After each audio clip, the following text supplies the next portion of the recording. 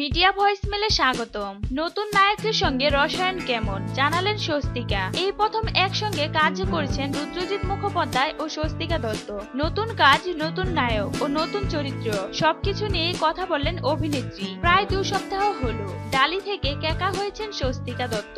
এই নিয়ে দারুণ খুশি ছোট পর্দার এই বড় নায়িকা। শুধু তাই নয়, রূপকথার নায়ক থেকে আবার সোশ্যাল ড্রামায় নায়ক হলেন রুদ্রজিৎ মুখোপাধ্যায়। স্টার জলসার রাত 9টার স্লটে বিজয়িনী ধারাবাহিকে এই জুটি এখন খবরের শিরোনামে। প্রধান চরিত্রের মুখ বদল সবসময় টেলি ধারাবাহিকের ক্ষেত্রে একটি বিশেষ ঘটনা।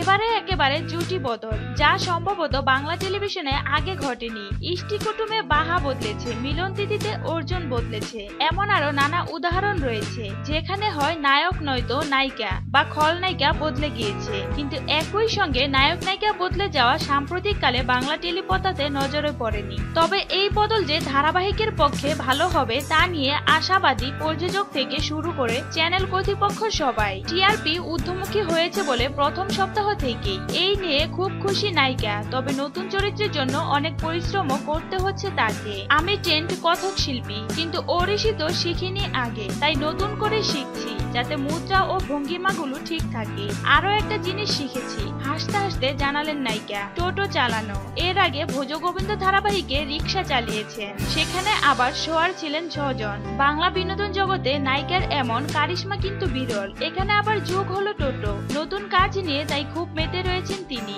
শুধু তাই নয়, চরিত্রের বেশ প্রভাব পড়েছে তার উপর। আমি এখন আগের চেয়ে অনেক আস্তে কথা বলি, মজা করেই বললেন স্বস্তিকা। অর্থাৎ খুব অল্প দিনের মধ্যেই নতুন চরিত্রের মেজাজটি ধরে ফেলেছেন তিনি। আর নতুন নায়কের সঙ্গে রসায়ন কেমন, রুদ্রজিৎকে নিয়ে খুবই উচ্ছ্বসিত নায়িকা। এই প্রথম কাজ করেছেন দুজনে, কিন্তু অল্প সময়ের মধ্যে কাজ সংক্রান্ত বোঝাপড়া বেশ ভালোই। নায়কের প্রশংসায় পঞ্চমুখ তিনি। রুদ্রজিৎ খুব প্রফেশনাল আর কো অ্যাক্টর হিসেবে দারুণ। আর আমাদের জুটি যে সবার এত ভালো লেগেছে এটা দেখে আমি খুব খুশি। তবে আমি আরেকজনের কথা বলতে চাই, অঞ্জনা বসু। প্রথম যেদিন জানতে পারি যে আমাকে ক্যাকার চরিত্র করতে হবে, আমি মাকে বলছিলাম যে আমি ভাবতেই পারছি না অঞ্জনা বসুর সঙ্গে সাজেশন শট করব।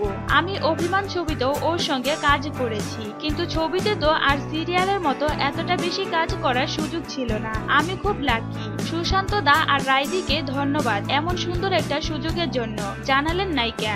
বিজয়িনী ধারাবাহিকে স্বস্তিকা ও রুদ্রজিতের অভিনয় আপনাদের কেমন লাগে তা অবশ্যই জানাবেন। বাংলা বিনোদন জগতের এ ধরনের আরো খবর সবার আগে পেতে সাবস্ক্রাইব করে বেল আইকনটি ক্লিক করুন।